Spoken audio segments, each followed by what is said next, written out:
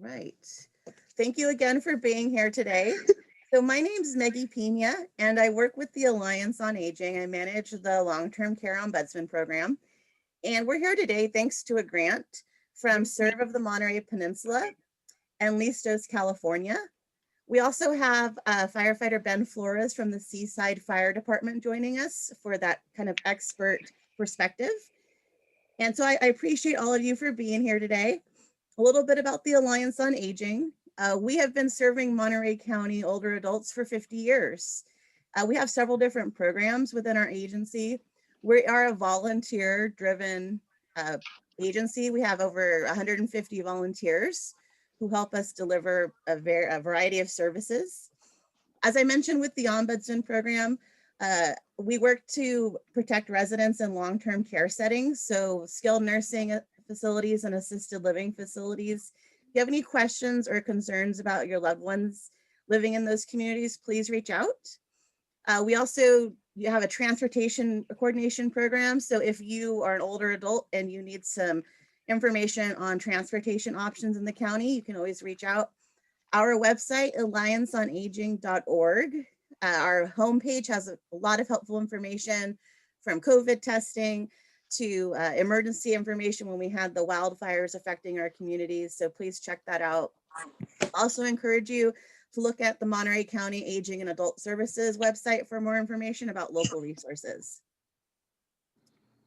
So SERVE stands for Community Emergency Response of the Volunteer Peninsula. They're another local nonprofit, and they support the CERT programs. So CERT teams are deployed when we experience an emergency, and they train their volunteers, and they also provide information and resources to the community. So I encourage you to visit SERVE's website for more information and resources. They've been a great partner, and it's because of them that we're able to buy these great incentives, develop these workshops, and share this information with the community. Yeah. So I also would just again like to thank and welcome Ben Flores for being here today. But the bathroom's right there. Please mute yourself, whomever's got some background noise. Oh, PE. Okay. Again, you said you had PE. I need you to mute yourself. We can hear what's going on. So the goals of today's workshop are to understand the major causes of home and wildfires, to develop a fire safety plan, to get information about the Ready, Set, Go program developed by CAL FIRE. We'll talk a little bit about creating and maintaining defensible space around your home.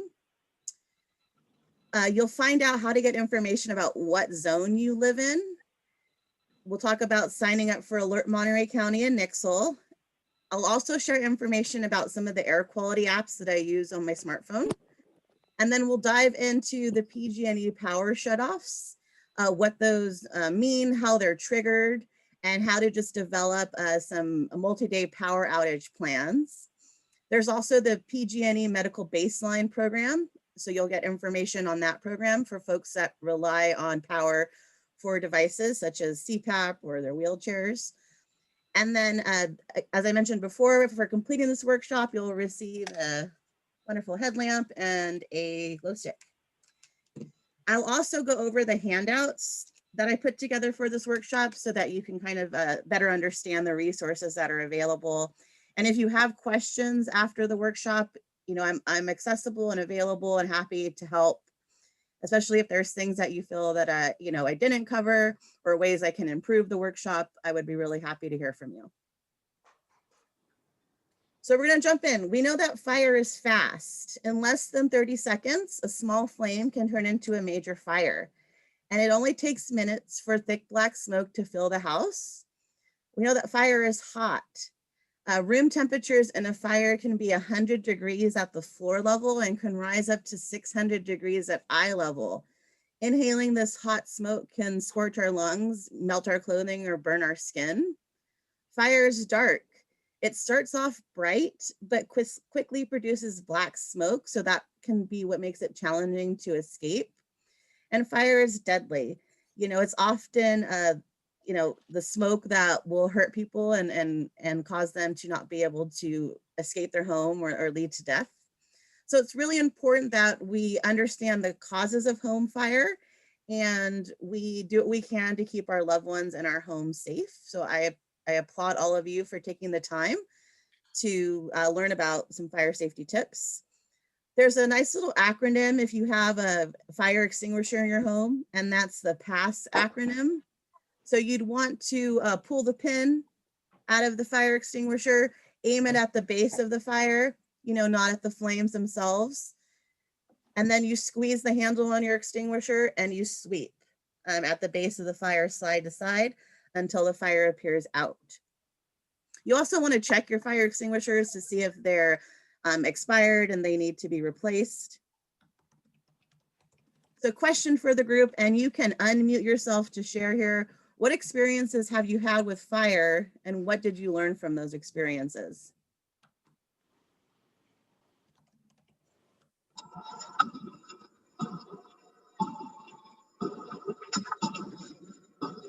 Kathleen, are you wanting to share? I see you've unmuted yourself.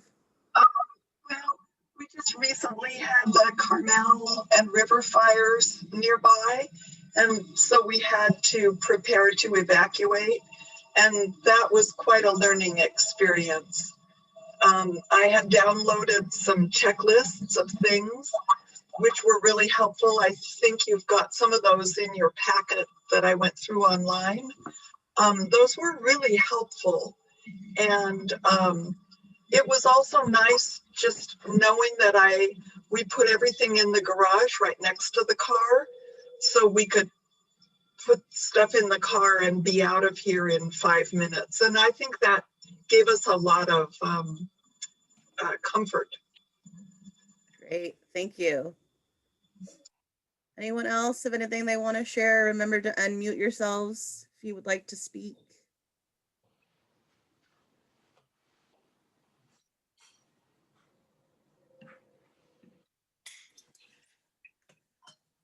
So part of the reason I think it's important to talk about fire safety, especially when we are looking at how to support older adults, people who are age 65 are twice as likely to be killed or injured in fires compared to the population at large.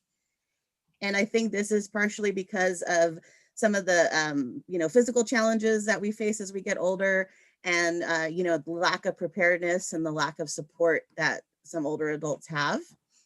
And so that's why it's really important to install and test those smoke detectors regularly. You should have a smoke alarm at every level of your home, outside your sleeping areas. It's recommended to test them monthly and change the batteries as needed. Developing a fire escape plan and practicing that is key. Can you get out of your home with your eyes closed if the smoke is so bad? Understanding how to stop, drop, and roll, especially if your clothing catches fire, and how to support, whether it's children or older adults or folks with special needs. Having an emergency supply kit is also helpful, whether it's flashlights, batteries, a whistle, a blanket. I've seen some pretty neat blankets that they sell that are, can be used to extinguish like a kitchen fire. So having the right kind of tools can just kind of help you, stay safe during a fire. Putting together important emergency contact information and just storing your documents in a safe place so that if a fire were to impact your home, you would have the information you need to reach out to your insurance companies or reach out to your doctors. So some of the main causes of home fire are kitchen fires, fires from heating equipment, fires from people that are smoking cigarettes or smoking in their homes, electrical fires, and then candles. So with kitchen fires, kitchen equipment is the leading cause of home fire injuries. So you never want to leave an open flame unattended. Heating is the second most common cause for home fire injuries, and this could be, having a floor heater, not having the heaters a safe enough distance away from flammable objects. Smoking is the #1 cause for all home fire deaths. So that's why it's just safer to smoke outdoors, and just be sure to properly extinguish cigarettes if you are a smoker. Electrical safety, checking those wires, making sure that you're not overloading power strips, don't overload the outlets in your home. And then in terms of candle safety, my mother is a big candle fan.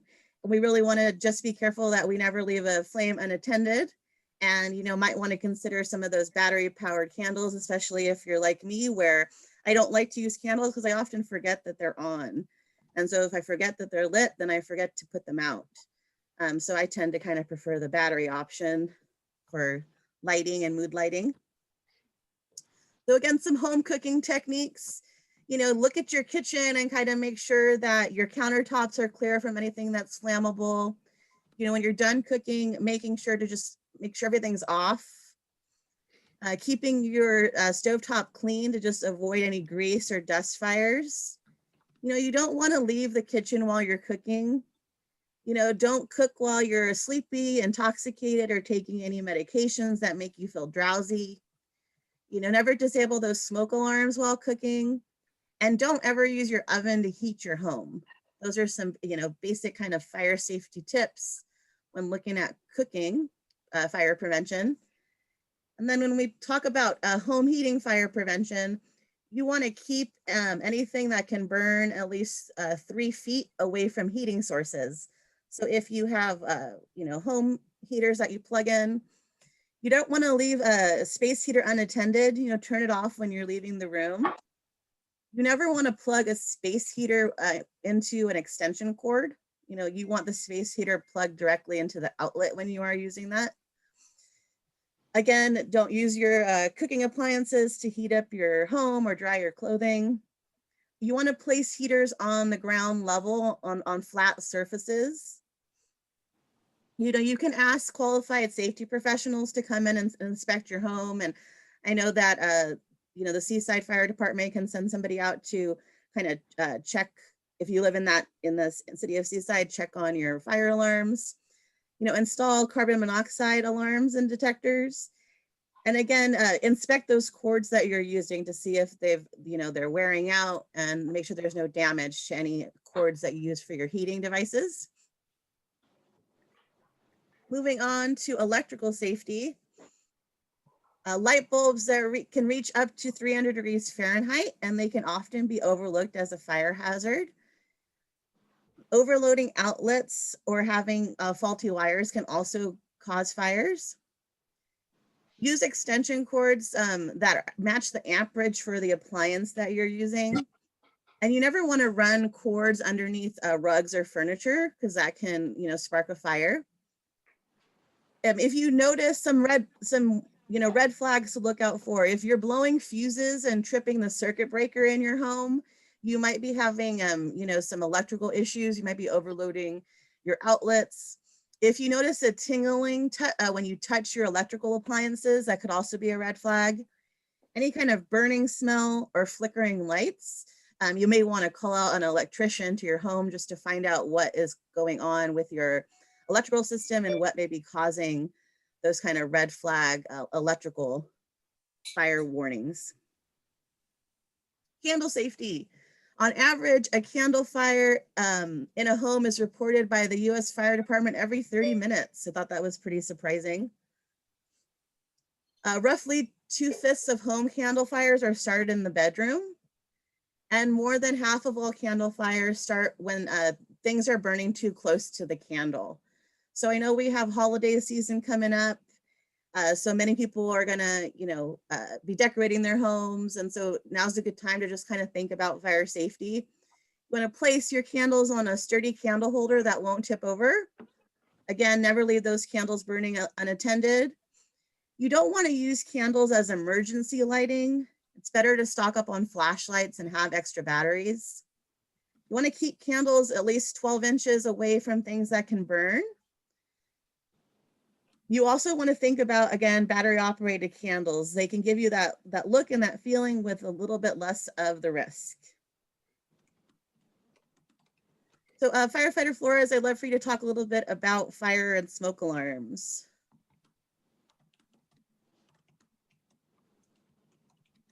Hi, good morning, everyone. I'm Ben Flores. I work for the Seaside Fire Department.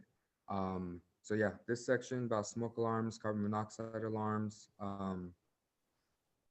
Obviously, from the definitely fire you want department. those in your home. Can you hear me? Yes, we can. Okay. You want these in your home. You want one in every bedroom, one on every floor if you live in a multi-story home, and preferably one in like the hallways or the areas outside of your bedrooms. The other thing to keep note of is how often you need to change it, the batteries, or what, just in general, what type of smoke alarm you have, because there are those smoke alarms now that have 10-year batteries where you don't necessarily have to change it. You don't even have access to the battery itself, but you still want to test it. So this weekend is we're changing our clocks again. So this weekend, if you haven't already done it, is a good time to check your alarms. Every alarm has a test button. Just hold it down for a few seconds. It'll run through its little test cycle. It'll give a little quick alarm to make sure that everything is working properly. Another thing to make note of is how old your alarm is in the first place. More often than not, we get at the fire department, we get calls for a smoke alarm or carbon monoxide alarm going off, and we'll respond, we'll check it. I'd say probably 9 times out of 10, the device itself is expired or is expiring. So it's gonna have, usually it's 2 quick little beeps every 30 seconds or every minute. So when that happens, it basically you just have to buy a new device. But if you rent, then whoever you pay your rent to, your landlord, they are responsible for replacing those devices for you. So, keep that in mind for all of you who are renting. So on the back of smoke alarms and carbon monoxide alarms, there's usually, I call it like a translation. So if your alarm is kind of, you think it's, going on the fritz a little bit, it's making some weird noises, you can check the back and it'll say, usually 4 beeps is the actual alarm. It'll say what 3 beeps mean. It'll say what 2 beeps mean. And like I said, 2 beeps every 30 seconds is usually this device is expiring. You need to replace it. So all of these devices have them. If you have a combo smoke alarm and carbon monoxide alarm, that's perfect. You still treat it the same way, test it, make sure it's not expiring, check the batteries if you have access to the batteries. But you definitely want those in your homes, carbon monoxide alarms and smoke alarms. Yeah, and keep it away from the kitchen, of course. Should I go on to the next slide? Yeah, go ahead. Okay. All right. Sorry, excuse me. So yeah, during a fire, if your alarm wakes you up and you find that you have smoke in your home and there is a fire, get out as quick as you can. If you live with family, make sure they're awake and trying to get out. If you're able to get to them safely and get out, call 911, and we'll get rolling as quick as we can. So when you are trying to get out, this is what Maggie was talking about. You want to be able to basically walk around your home with your eyes closed, because that's what it's going to look like once the smoke is in your home. You're not going to see anything. You might, maybe your hand in front of your face, and that's about it. So you really want to be aware of your surroundings in your home, know where your rooms are, know where your exits are. You want to have more than one way out if possible. So for me, I live in an apartment right now that's on a 2nd story. So I know that as soon as I step out my bedroom, I can turn left. There's a door right there, and it leads into a hallway. Go down the hallway, and my front door is on the right. If I can't go that way, I go straight from my bedroom, and all the way at the end will be a door to my left, and that leads to the garage, which goes downstairs, and I can get out through my garage. So those are my two ways out of my own home. So if you haven't already done so, I recommend figuring out what the best way is to get out of your home. If you come out of your room, again, if smoke is everywhere, stay low. Heat and smoke rises. So depending on what stage the fire is at, you may have really good visibility if you're stay low to the ground. That way you can still see and crawl out if that's needed. And yeah, just call us, get us coming. As far as fires, the fires I've been on so far, most of the ones I've been to have been caused by electrical issues. Either it was a power strip into a power strip, definitely don't do that. Some faulty wiring for a heater. You know, we are coming up on winter, so I'm sure a lot of us are going to use heaters. My wife likes to turn it on the minute I leave home. Puts it on full blast, but you want to, you know, this is really the time that you want to be aware of, you know, your equipment, your heating equipment, because, you know, we have had instances, especially in the winter, where there's faulty wiring and it causes a fire. So that's been my experience so far. But yeah, just be safe, know your surroundings, and hopefully be able to get out quickly. And last little bit, if you absolutely are trapped and cannot get out of your room, close your door. I would hope you have a window in your bedroom, so that way you can open your window and yell for help so people know that you're in there. And if you have your phone, let the dispatch know that you are inside, because then that updates us. So that way when we arrive, we already know someone is inside or someone is not inside. So that's all key information for us to know as we are en route. But yeah, if you're gonna open your window, close the door, because fire loves air. So it loves oxygen, and all you're gonna do is draw that fire to you. So keep that door closed, so that way you give yourself some more time. I know we don't have anything, honey. I think that was just some background noise there. Any other questions? We have Ben with us. All right, thank you so much. So, you know, again, some basic fire safety. We talked about escape planning. You know, practice escaping your home. Again, practice with your eyes closed. We talked about smoke and carbon monoxide alarms. You know, some basic home fire safety. You know, I think it's a good reminder. A lot of this seems very common sense, but it's good to kind of, you know, inspect our homes and kind of look at some of our daily practices and how we cook and heat our homes to make sure that we're staying safe. So jumping into fire escape planning. With escape plans, you know, the idea is you want to get out as quickly as possible. We talked about having 2 ways to escape. You know, if you live in a neighborhood or you have bars on your windows, make sure that you know how to unlock those bars in the event of a fire if you have to escape out a window. You know, talk to your building manager if you live in a apartment building or you live in an assisted living facility or skilled nursing facility. Ask them about the drills that they're doing with staff in the assisted living and skilled nursing. And ask your building managers, if you just live in an apartment out in the community, what are some of their resources they have. You know, again, the safest spot's going to be on the ground floor. If you live in a multi-story home or apartment building, you know, be aware of where those exits are. Firefighter Flores already talked about keeping a phone near your bed so that if we are trapped in our home during a fire, we're able to call out for help.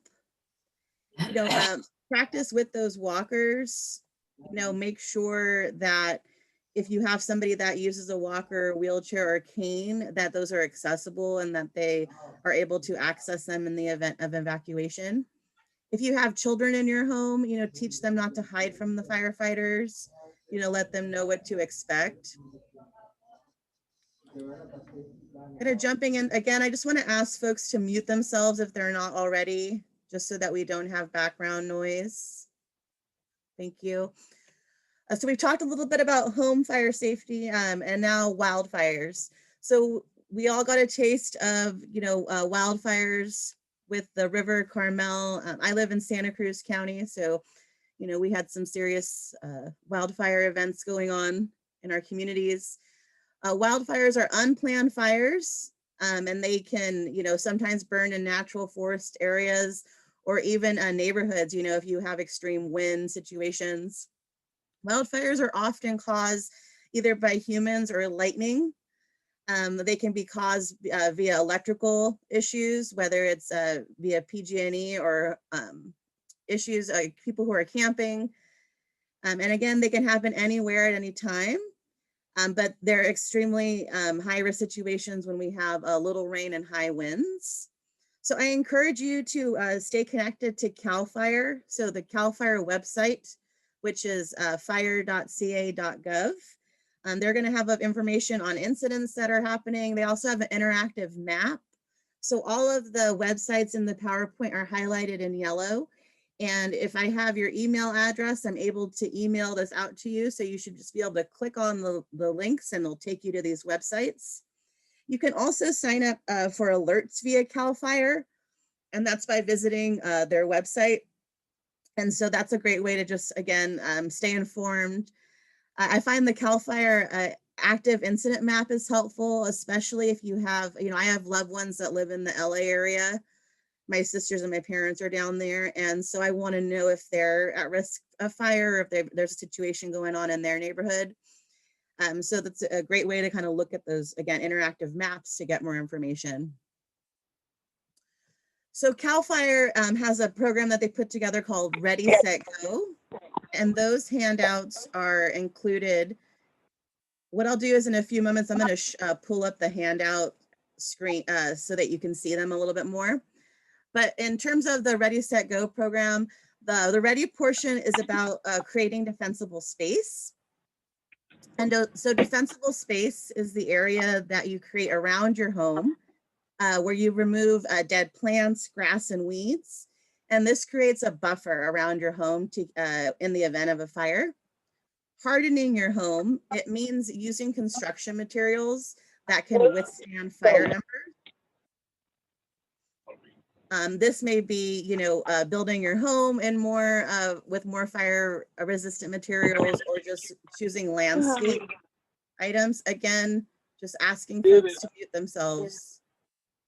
Just dialed in.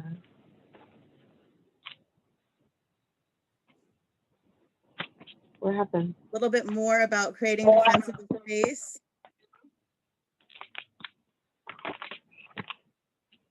Are you? Give me one moment. I'm going to try to find out where this conversation's coming from and mute. Someone's coming? Give me a minute here again. Okay, there we go. So creating a fire resistant zone. This should be about 30 feet around your home if you have that much space. You don't want to empty any kind of, keep empty space between shrubs so that the fire doesn't leap between those. Prune your trees. You don't want to have, trees that are higher than 6 to 10 feet above ground, and remove those dead branches. Mow your grass regularly. Try not to keep it more than 4 inches high. Get rid of those leaves and those pine cones that can just fuel a fire. And again, if you are into landscaping, try to pick some fire resistant plants to kind of help keep your home safe during a wildfire, especially if you live in more of rural parts of the county. It's definitely something you want to be keeping in mind. So the set portion of the Ready, Set, Go program talks about creating a wildfire action plan. So that's, where are you going to go in the event of evacuation? Do you have a plan for your pets if you have any? What is your plan for being away from your home for at least 2 weeks? Assembling an emergency kit, and making sure that you have enough supplies for everyone in your household. And also filling out a family and communication plan. So having those important phone numbers, contact information, addresses to where you're going. And then signing up for Alert Monterey County. I talk about this in the Learn the Basics workshop, but this is, definitely if you're looking for some type of homework after this workshop, would be to sign up for Alert Monterey County. This is our local emergency alert system. And so it's used by the County Office of Emergency Services. It can be used by the sheriffs and the fire department to alert the community of a disaster or emergency underway. And so what you can do is you can create an account with them and you enter your home address, you can enter your home phone, your cell phone, and you can receive messages on your devices. Sometimes it's a phone recording. It can be a text message. So when you create that account, you create a password and a login, and you can update that information. The Go portion of the Ready, Set, Go program, again, is it talks about monitoring the wildfires. So being sure that where you're evacuating to isn't being impacted by fires. Following the evacuation routes from our public health officials, and just giving yourself enough time to evacuate. I think one of the things we noticed during the recent Carmel and River fires is that folks did not, when the evacuation warning was being given, that's the time that we should be packing. That's the time that we should be calling to make sure that, the hotel that we're staying in or the friend's home that we're planning on going to is ready to receive us, so that when the evacuation order is given, we're ready to leave. If we are more proactive, then we can, think more about what we're taking out of our home if we're preparing during the warning time. Just also realizing, it may seem like the fire is far away, but, if the wind picks up, it could create a very dangerous situation. And so, you may be annoyed with the sheriff's department or the fire department. Why are they putting us in an evacuation warning when the fire's 20 miles away? And it's just because they're trying to keep everyone safe, especially if you have special needs or you have older adults in your home. You want to give yourself plenty of time to get out. Again, the evacuation terminology we're looking at. So the warning, it's advised to leave, to prepare, get ready. Some folks decide to leave during the evacuation warning because the smoke gets very intense and uncomfortable. An evacuation order means that a specific area should leave immediately. That's why you want to be using that warning time to be preparing. If you feel like your life's in danger or you feel unsafe and you don't want to wait for that order, you're welcome to leave when you feel is necessary for the safety of you and your family. Again, if your situation requires more time to evacuate, maybe you need help because you don't have a vehicle, you want to kind of coordinate that with your helpers and your support team and your neighbors. When evacuation orders are lifted, it's safe to return home. We don't want to do so beforehand. I mentioned this a little bit, but something that Boulder Creek had to deal with during the recent fires is that the fire was contained, but the water pipes were above ground, and so they're made out of PVC pipe, and they burned and they melted, and they contaminated the water. So it was unsafe to drink or shower with the water. And so when the sheriff's department or the fire department tells us that it's not safe to repopulate an area, it's often because public works and the utility companies are working on making our community safe for us to return. If the emergency has passed, the same system that alerted us of the evacuation order will send a notification saying that the order has been lifted. So I was kind of curious, and I was trying to figure out, how do I figure out what zone I live in, right? Because they'll say zone 21 in the alerts. And I reached out to my colleagues and my contacts at the Office of Emergency Services, and they were saying that the best way to determine what zone you live in is by visiting the Office of Emergency Services website. And what they'll do is when there's an active incident, they have a map, and it'll show the zones. And during the recent fires, the evacuation zones were based on geographic features such as roadways and the watershed, and that sometimes the zones changed based on the location of the emergency situation. So the Office of Emergency Services is working with Monterey County to create a standardized emergency zone map. So for now, the best way to find out what zone you live in when there is an active emergency is to visit the Office of Emergency Services website. You can also sign up for Nixle. It's another way to get alerts. And the way that you can do that to get text alerts is to text your zip code to 888-777. You'll be asked a series of prompts, that you want to opt into these text alerts. And so you just respond to those prompts, and then you'll get alerts on your phone via text. That's another great way to just kind of stay connected. Some air quality apps. So I know for me, and the sky got pretty scary there for a while. It turned orange in many parts of the Bay Area. The smoke was, really unhealthy. And as somebody that has asthma, I wanted to find ways to kind of escape the smoke. So I use the EPA Air Now app, and I also have the air quality app. And so you can download those on your smartphone or your devices. And what you do is you enter they'll ask you to enter a city, and it'll tell you what the air quality is like in real time. And so it's pretty helpful because you can enter, anywhere in the state or in the country. Some of them are even global maps, so that you can find out, okay, well, especially when you had multiple incidences happening, you can find out what the air quality is, and you help yourself make decisions in terms of staying inside and kind of protecting yourself from the smoke.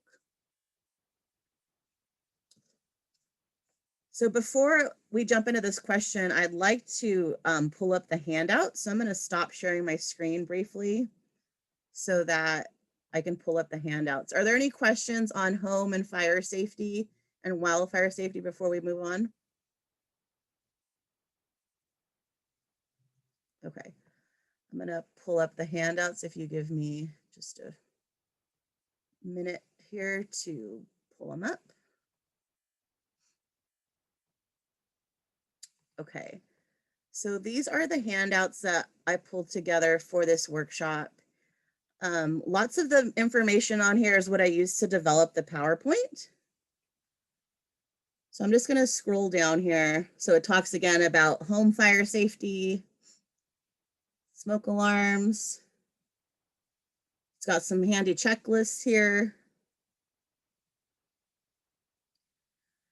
Remembering When is another program where they're trying to talk about fire and fall prevention, fall prevention for older adults.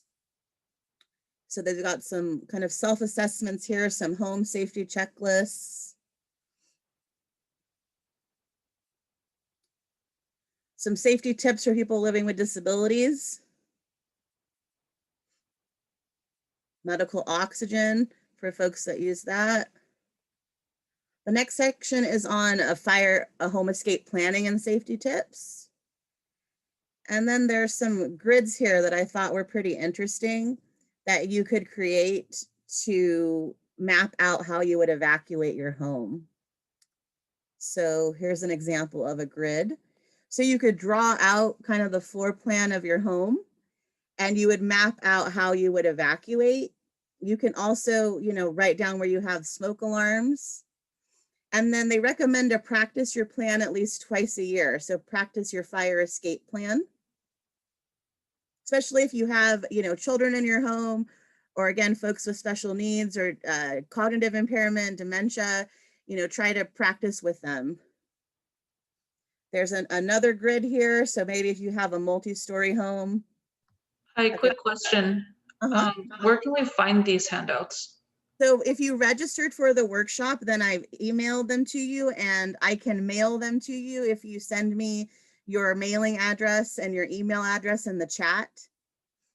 I will also, the last slide here will have my contact information, so you can send me an email and I can send this all out to you.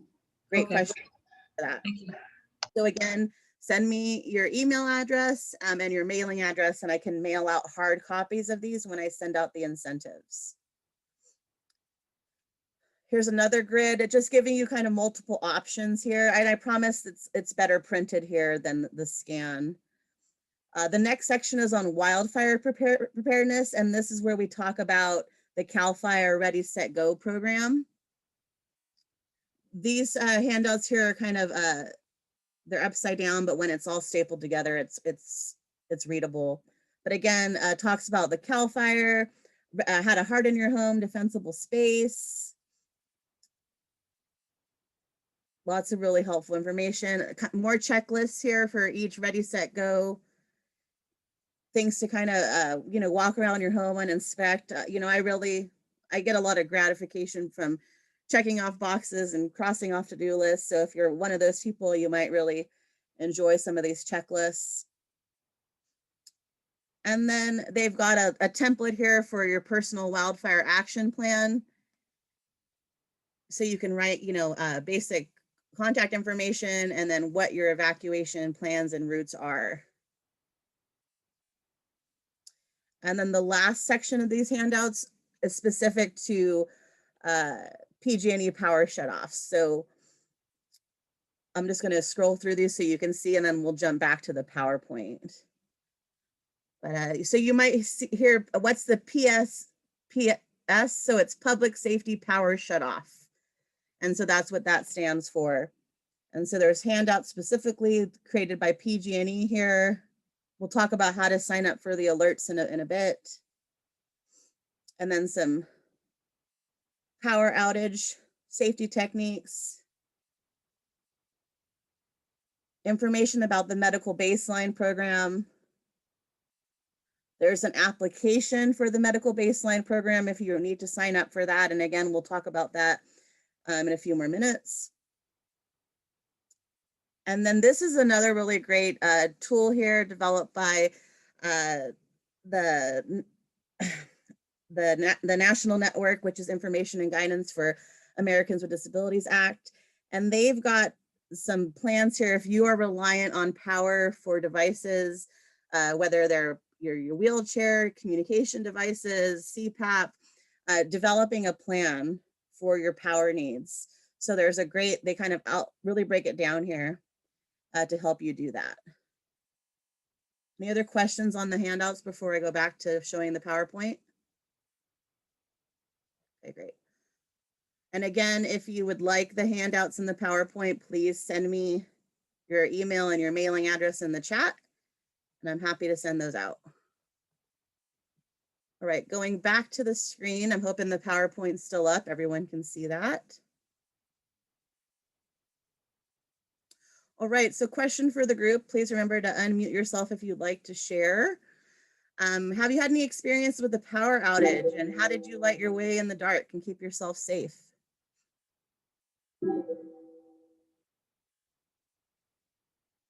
Unmute yourself and share. We just had good access. We had good flashlights, strong flashlights. Great, thank you.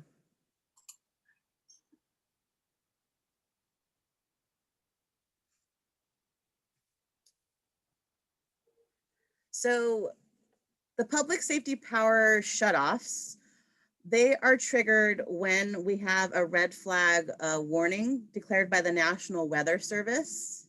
So that means it's low humidity, high temperatures, and a potential for high winds.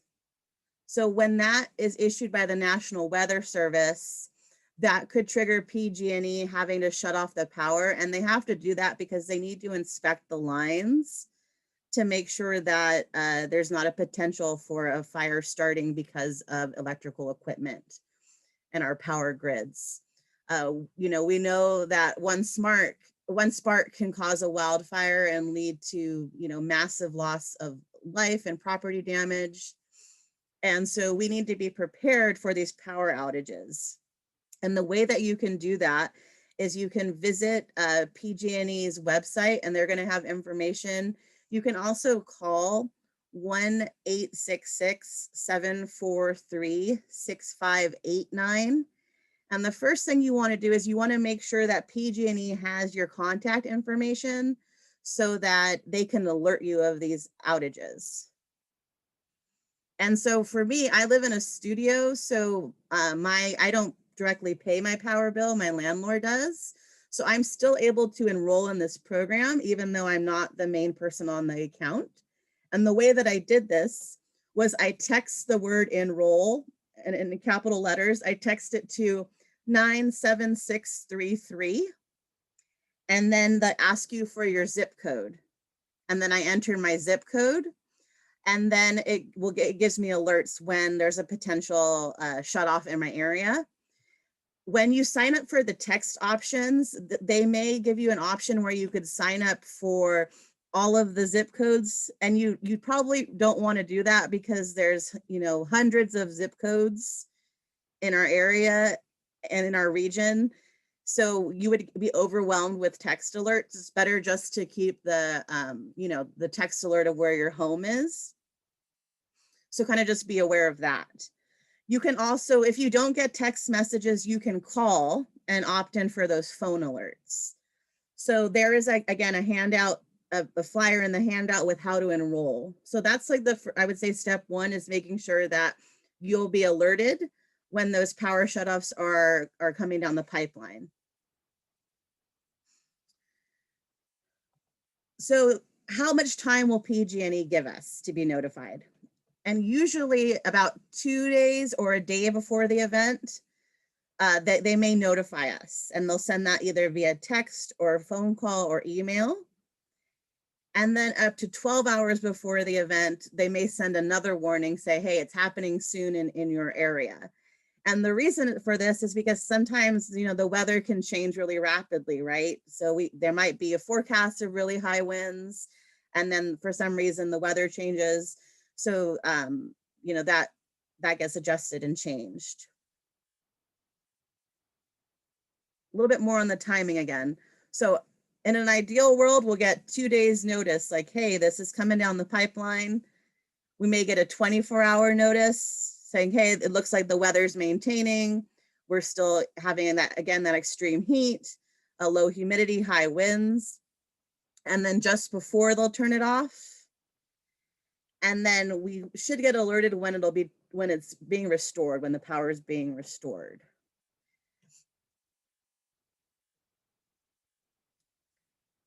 Another good tool that PG&E has is, and this is for me, so I've been getting alerts on my phone saying, hey, you know, PSPS is potentially going to affect my area. And then what you can do is PG&E has a map. And this is what the map kind of looks like, the sample here. So if you visit these websites here, you can enter your address of your home, and it'll tell you specifically if your home is going to be impacted. Because what I've seen in the past is one side of the street, the power might be out. And that's just depending on how the grid is set up where you live. You know, the power could be out downtown, but not where I live. So that's why if you're when I get an alert on my phone, I go to the map and I enter my address to see if it's potentially impacted. And it does tell me, oh, you know, you're not at risk. Because the text messages or the phone call is just for that zip code. So again, realizing that you may get a text alert saying it's coming, but they may not shut off your specific home address. So again, the map is kind of approximate areas forecasted to be turned off, but that's another great way to just kind of stay informed and be prepared. So what devices do you use every day that are reliant on power?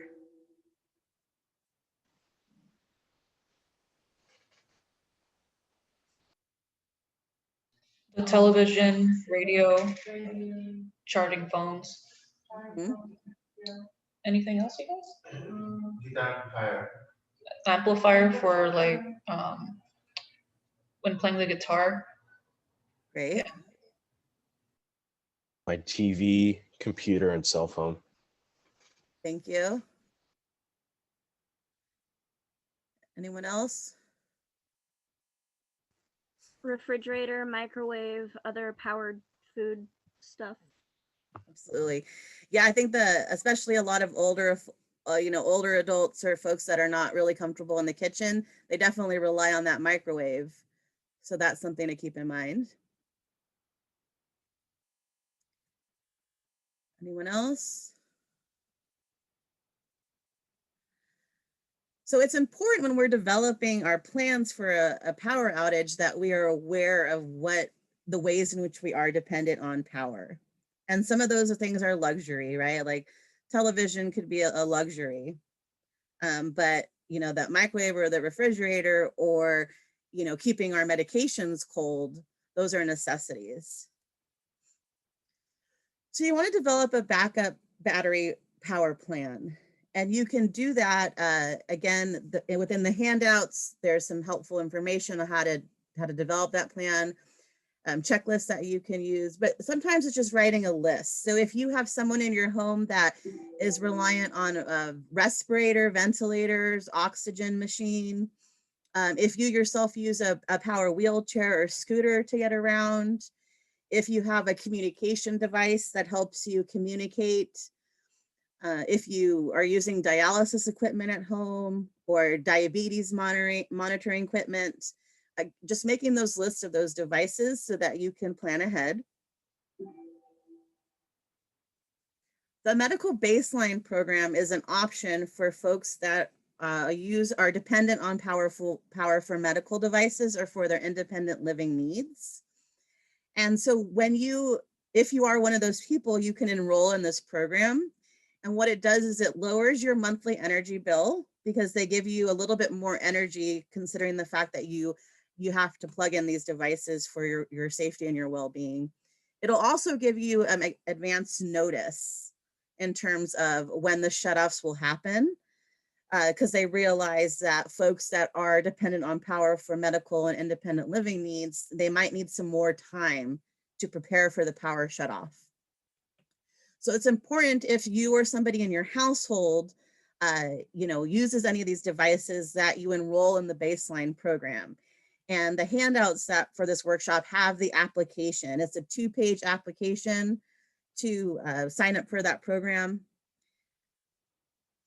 You can also go online and sign up, or you can call and find out. I've got a link to the application here. Because of COVID-19, they're not requiring a signature from a qualified medical practitioner. So that's helps make it a little bit more convenient. In the past, you'd have to have a doctor sign off saying that, yes, this person has this need. But because of COVID, they've removed that requirement. So you basically fill out the application and then you mail it in, and then they enroll you in the program, and then you have to renew it annually or recertify every year. And you just realize that PG&E, if you are enrolled in the baseline program, they'll work at giving you additional heads up notice in the event of a public safety power shutoff. It's important if you are enrolled in the baseline program and you do get a notification from them that you reply to the message or you let them know that you've received it.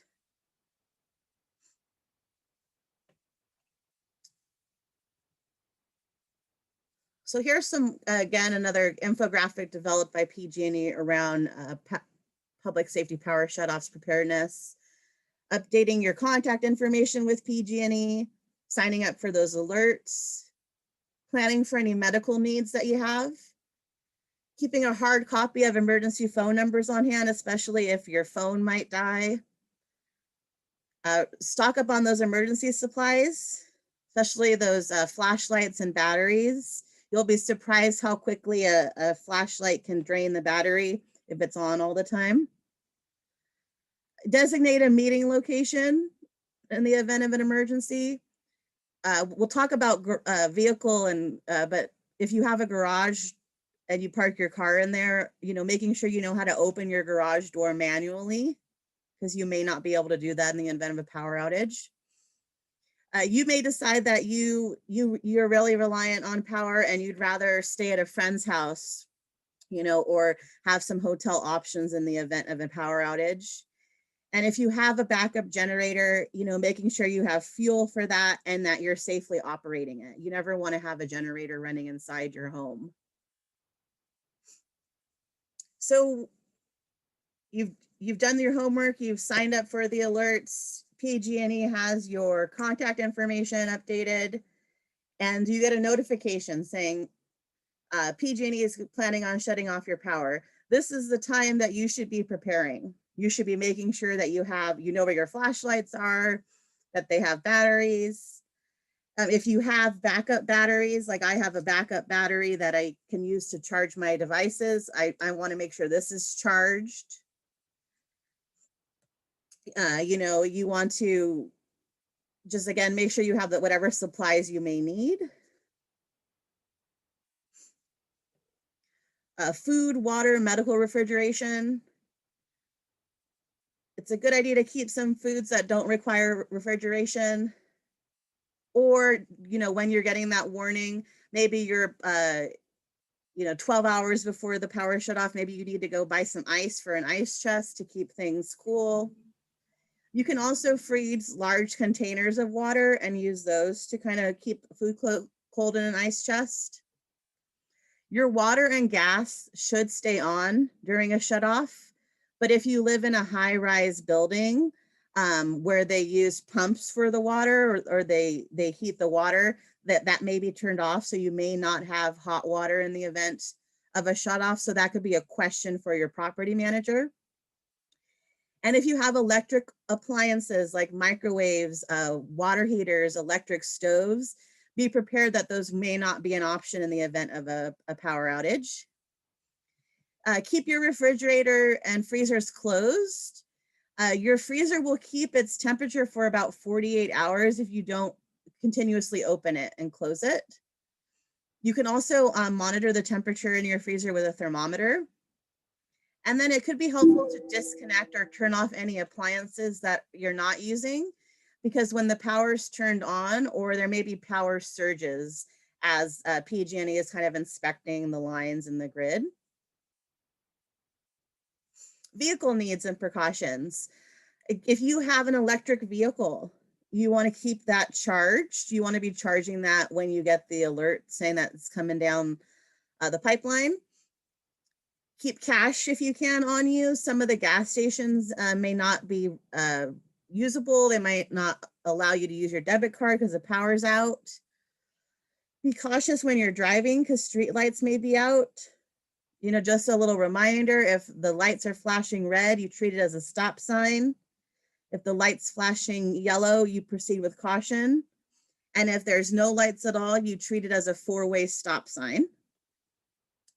You can locate so electric vehicle charging stations by visiting this website, thanks to PG&E. And practice opening and closing your garage door manually. During the previous workshop, somebody had mentioned that they had recently upgraded their garage door and they have like a backup power source for their garage door. So just kind of check that out and see how that works in your home. Or, park your car outside the garage when you're getting that warning and that alert. During the power outage, you definitely want to keep your generator, 20 feet away from your windows if possible. And that's just to avoid the carbon monoxide from coming in. Generators can be loud. They can be smelly. So you want to make sure you have enough fuel. You want to give your generator kind of a little checkup to make sure, everything's working and any of the plugs or filters have been changed if needed. Think about what you're going to be using the generator to power. You may decide that you're going to use it to power your refrigerator and your television. Keep in mind that if the power is shut off, that means that our routers are going to be shut off. So we're not going to have internet connection in the event of a power outage. So that's just something, again, depending on also where the towers are for your cell phones, internet connection could be a little bit spotty during a power outage. If you are concerned about your food after the power is turned back on, when in doubt, just throw it out. Talk to your doctor if you have any kind of medications that are reliant on refrigeration in terms of how long they can be kept safe and usable without being refrigerated. Or make sure that you have, an ice chest or a way to keep those medications cool if needed.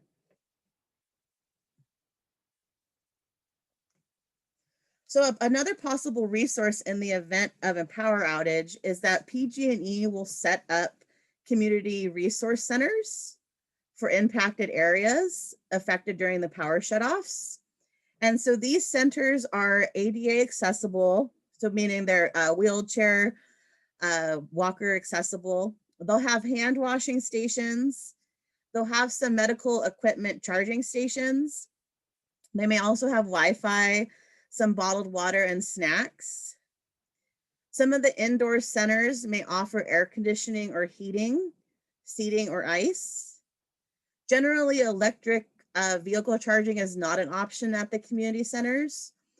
And keep in mind, during the shutoffs, it's often because it's extremely warm, right? That's why they're shutting it off. So it could be hot. So you're not going to have air conditioning. So if you're someone that's very sensitive to the heat, going to one of the community centers might be a good option for you.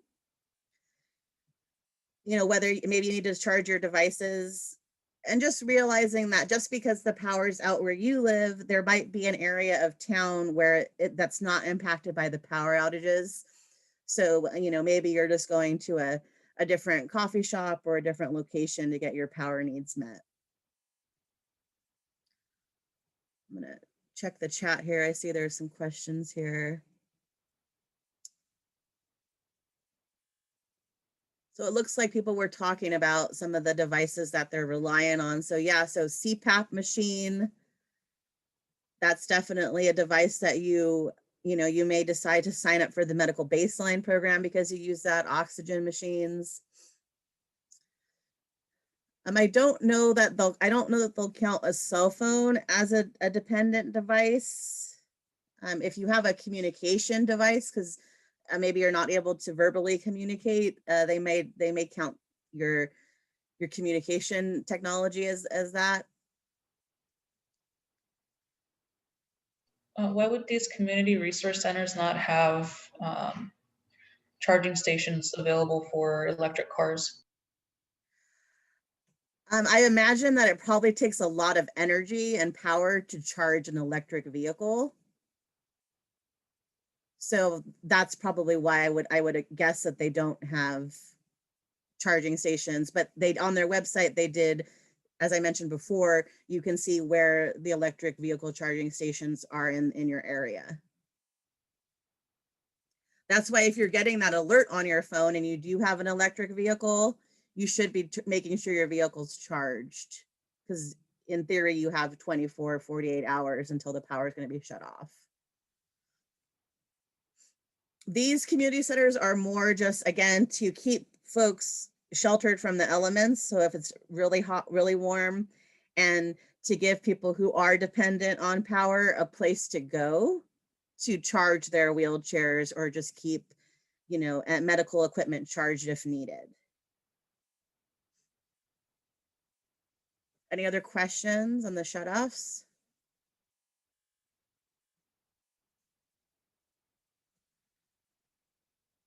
Another resource I'd like to share with you, Central Coast Center for Independent Living, also known as CECIL. They've partnered with CFILC and PG&E, and they can provide portable batteries to people who have disabilities or older adults who qualify and rely on power for their medical devices, such as CPAP, oxygen, communication devices, power wheelchairs. Those who need life-sustaining electrical support are going to be their highest priority. And they can also assist with hotel stays if batteries are not an option or don't meet your needs. So for more information about that program, you can contact Jorge Ruiz at CECIL. And so his contact information is listed here. And there's also a link for more information on that. I'm not sure, I'm not sure if Maria's joining us, but I appreciate, the folks at CECIL for reaching out and letting me know about this resource so that I can share it with everybody on the team here. So what is the most valuable thing that you learned today?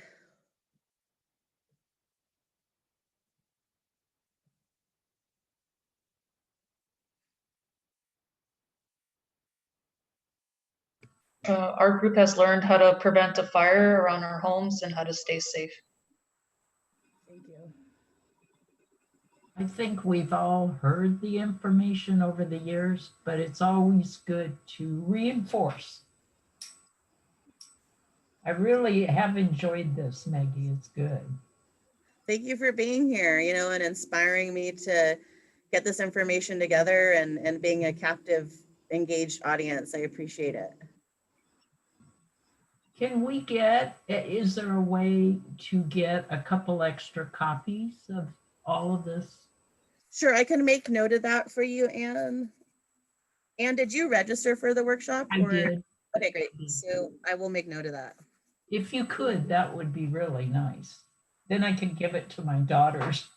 Absolutely. So what we're going to do is, this is kind of like the second part of a two-part workshop that I've offered. So the first workshop was on learning the basics, and that was how to stay informed during an emergency, creating a communication plan, and we talked about emergency kits. And so I have a recording of that workshop and the handouts. And then we'll get the recording of this workshop and the handouts up on our website, our allianceonaging.org website. So that could be another source of information for your friends and family. I imagine I'll be offering these workshops again in 2021. I just won't have the grant funds for the incentives. So, and again, I'm always here if people have questions or need more information or need resources. Maggie, I'm still confused about the difference between Nexel and Alert Monterey. If they both are identical, then I don't know if I want to get that many alerts. So does one have something that the other doesn't have? Well, they're not identical. They're just a way to make things slightly more accessible for people. If you only want to sign up for one, I would suggest you sign up for Alert Monterey County. Mm-hmm. I have that. That's our county's emergency alert system that they'll notify us. So that's the primary one I would suggest you sign up for. Thank you. Anyone else valuable thing you learned today, or anything you'd like to share? Hey, I have a question. We have a nearby neighbor who's elderly and lives alone, and she no longer uses a computer. How can we help her to be more engaged with information like this? Well, hopefully, there will come a time when it's safe for us to gather in person. And so, I think hopefully 2021 or 2022, I'll be able to offer workshops in person. So that could be an option for folks that don't use the computer or who learn better, in person.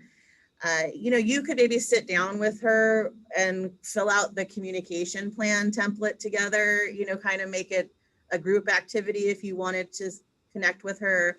I can send you additional copies of the handouts for this workshop as well, and you can share them with her. If there's a way that you could, once the recordings are posted, if you could just play them for her, that could be another great option. I could try to reach out and see if there's a way for us to broadcast the recordings on public television, and just try to, again, I'm very interested in accessibility. And I realize that a lot of people don't have access to the internet or access to computers or Zoom. So it makes it a challenge for folks. So, she's also welcome to call me if she has questions or just needs some support. Thank you. All right. Anything else anyone like to share? So my contact information is on here. You can, again, email me, give me a call, and I'll give you a call back. Today, I think if you, after this workshop, you at least, you sign up for those PG&E alerts and you make sure they have your contact information, today will have been a success. If you develop a fire escape plan and you practice it with your family in your household. If you have more than one person watching this workshop with you right now, please let me know that so that I can send multiple incentives out to you. I just need the names of the folks who are watching so that I can send out the appropriate amount of resources. And again, you'll get this for completing this workshop, and because of the SERVE grant and Listos California grant, you'll get this headlamp that can be worn on your head. And then there are different glow sticks that are different colors here. So they've got a flashlight on the end, and they've got, you know, this whole part lights up. And then there's actually a whistle on the end of here that's kind of neat. You take off the top of it, and you can blow that if you are trapped in there, and it can just go around your neck. So I'll be mailing all of these out in the coming weeks. That's why it's so important that I have your mailing address and your email address so I can get these out to you. So again, you can either put that in the chat and I'll have them, or you can send me an email and let me know, hey, I had, you know, 5 people watching this with me, and I'm happy to send out the incentives. I just need the names of the folks that participated. Are there any other questions before we wrap up?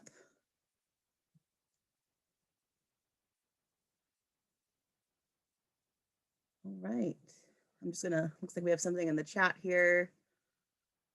Thank you. All right, well, I appreciate all of you for spending the last hour and a half with me. Oh.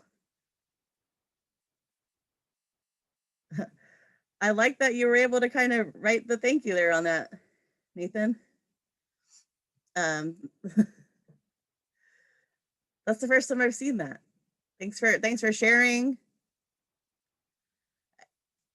And I just hope that y'all, you know, you all stay safe and you stay prepared, and so that when the next emergency impacts our community, that you feel like you know how to stay safe. Again, there's questions on how to get the paperwork for this. You need to send me your email and your mailing address. So you can put that in chat, or you can send me a personal email to mpina@allianceonaging.org. And I can get this information emailed to you, and I can send hard copies as well. Right. Thank you, Maggie. Appreciate all the information. Absolutely. You all have a great rest of your day and a happy Halloween if you're celebrating that. Thanks so much, Maggie. Thank you for organizing. It's great. Thank you. Here. Thank you, Maggie. Bye-bye. Bye.